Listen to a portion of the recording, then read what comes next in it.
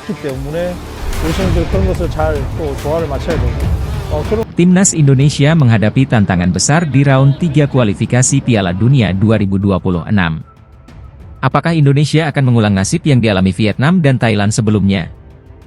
Vietnam dan Thailand, dua raksasa Asia Tenggara, pernah mencapai tahap ini pada 2018 dan 2022, namun keduanya gagal lolos ke babak selanjutnya. Thailand hanya mampu meraih 2 hasil imbang, sementara Vietnam hanya memenangkan 1 pertandingan dan 1 kali imbang.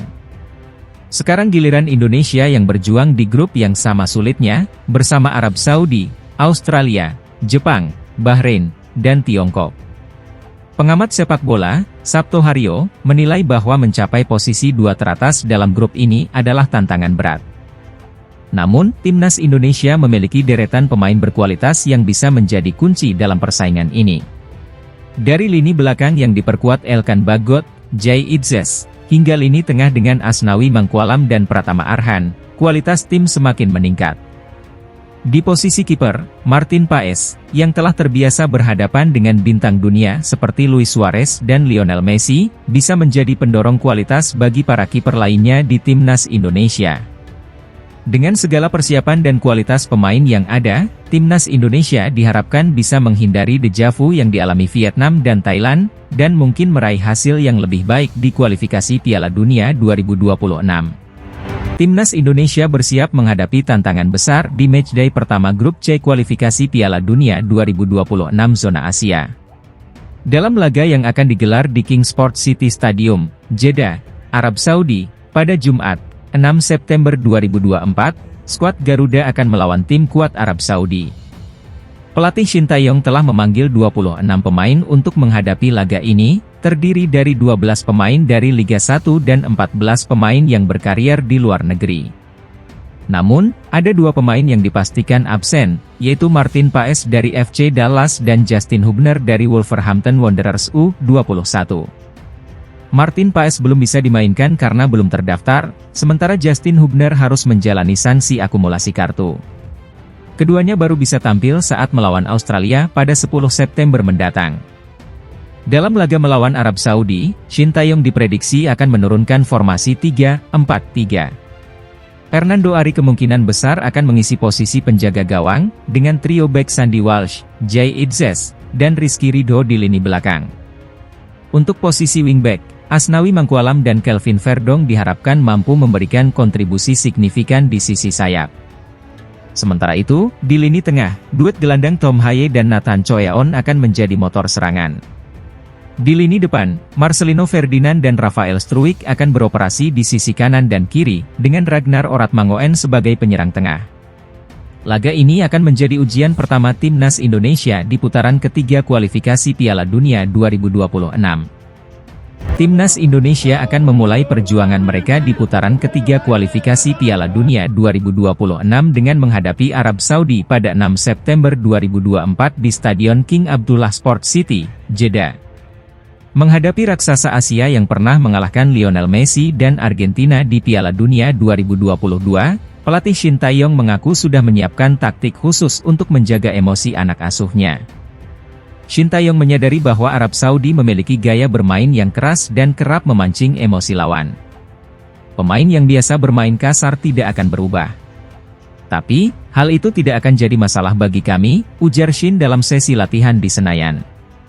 Menurutnya, kunci sukses menghadapi Arab Saudi adalah dengan tetap tenang dan memanfaatkan gaya kasar mereka.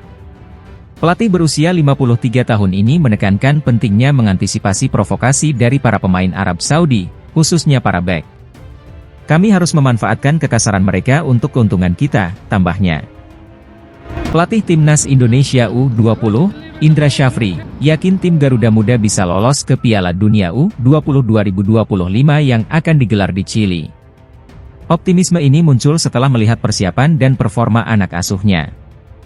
Saat ini, Timnas U20 tengah bertanding di turnamen Seoul Earth On Ice Cup 2024 di Korea Selatan. Ajang ini menjadi persiapan mereka jelang kualifikasi Piala Asia U20 2025, yang juga menjadi jalan menuju Piala Dunia U20.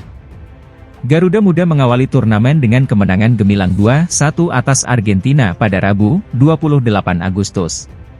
Namun, pada laga kedua, Indonesia harus mengakui keunggulan Thailand dengan skor 0-2. Indra Syafri mengatakan, timnya terus berproses dan telah melakukan berbagai terobosan untuk memperbaiki performa. Ia juga mengucapkan terima kasih kepada masyarakat Indonesia yang selalu mendukung. Timnas Indonesia memulai pemusatan latihan, TC, di lapangan ABC, Senayan, Jakarta, pada Jumat, 30 Agustus 2024, dengan mengenakan jersey latihan baru. Sesi ini dilakukan sebagai persiapan menghadapi dua laga awal grup C, salah satunya melawan Arab Saudi pada 6 September 2024. Dalam TC yang dimulai pukul 17 WIB, terlihat 12 pemain yang hadir dari total 26 pemain yang dipanggil. Beberapa nama yang ikut latihan di Jakarta antara lain Hernando Ari, Witan Sulaiman, dan Ramadan Sananta. Para pemain mengenakan jersey latihan baru yang didominasi warna putih merah, sementara kiper mengenakan kombinasi hitam putih. Jersey pelatih tak kalah keren, dengan perpaduan biru dongker hijau. TC ini akan berlangsung hingga Sabtu, 31 Agustus 2024, sebelum tim bertolak ke Arab Saudi pada Minggu, 1 September 2024. Kabar terbaru datang dari Timnas Indonesia menjelang kualifikasi Piala Dunia 2026 zona Asia. Bek muda Justin Hubner mengonfirmasi bahwa dirinya tidak akan ikut latihan di Jakarta jelang pertandingan melawan Arab Saudi. Shin Tae-yong telah merilis daftar 26 pemain untuk putaran ketiga kualifikasi Piala Dunia 2026. Meski masuk dalam daftar, Justin Hubner, bek yang berkarier di Wolverhampton Wanderers U21, tidak akan ikut bergabung dengan skuad di Jakarta. Melalui Instagram story-nya, Hubner mengonfirmasi bahwa ia akan langsung terbang ke Jeddah, Arab Saudi. "Saya akan terbang ke Jeddah akhir pekan ini," ujar Hubner dalam unggahannya. Namun, Hubner dipastikan tidak akan tampil saat melawan Arab Saudi pada 5 September mendatang karena akumulasi kartu kuning. Sang bek berusia 20 tahun baru diperbolehkan tampil di laga melawan Australia pada 10 September di Stadion Gelora Bung Karno, Jakarta. Meskipun tak bisa bermain, Hubner tetap akan bergabung dengan skuad Garuda di Arab Saudi, mirip dengan situasi Martin Paes yang juga baru bisa tampil di laga kedua.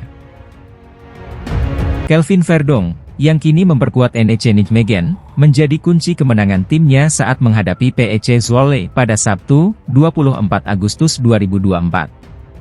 Dalam laga yang berakhir dengan kemenangan tipis 1-0 untuk NEC Nijmegen, Verdong tampil sebagai starter dan menunjukkan performa yang mengesankan. Melansir dari SofaScore, pemain berusia 27 tahun ini mencatatkan 3 kali intercept, 1 tackle, dan akurasi umpan yang mencapai 81%. Berkat penampilan gemilangnya, Kelvin Verdong masuk dalam Best 11 Eredivisie pekan ini versi ESPN. Tak hanya ESPN, media lokal Belanda, Forza NEC, juga memberikan pujian kepada Verdong. Media tersebut menyebutnya sebagai salah satu pemain paling stabil di posisi bek kiri dan memuji kontribusinya dalam membantu serangan tim. Sang bek kiri merupakan salah satu faktor paling stabil dalam tim Rogier Meijer musim lalu, tulis Forza NEC. Mereka juga menambahkan bahwa kualitas Verdong dalam membangun serangan sangatlah penting bagi NEC Nijmegen. Dengan penampilan apik tersebut, harapan besar kini disematkan pada Verdong untuk membantu timnas Indonesia di putaran ketiga kualifikasi Piala Dunia 2026. Timnas Indonesia akan memulai perjuangan mereka dengan menghadapi tantangan berat melawan Arab Saudi pada Jumat, 6 September 2024, di King Abdullah Sports City. Belakangan ini, PSSI sedang melakukan proses naturalisasi sejumlah pemain keturunan untuk memperkuat timnas.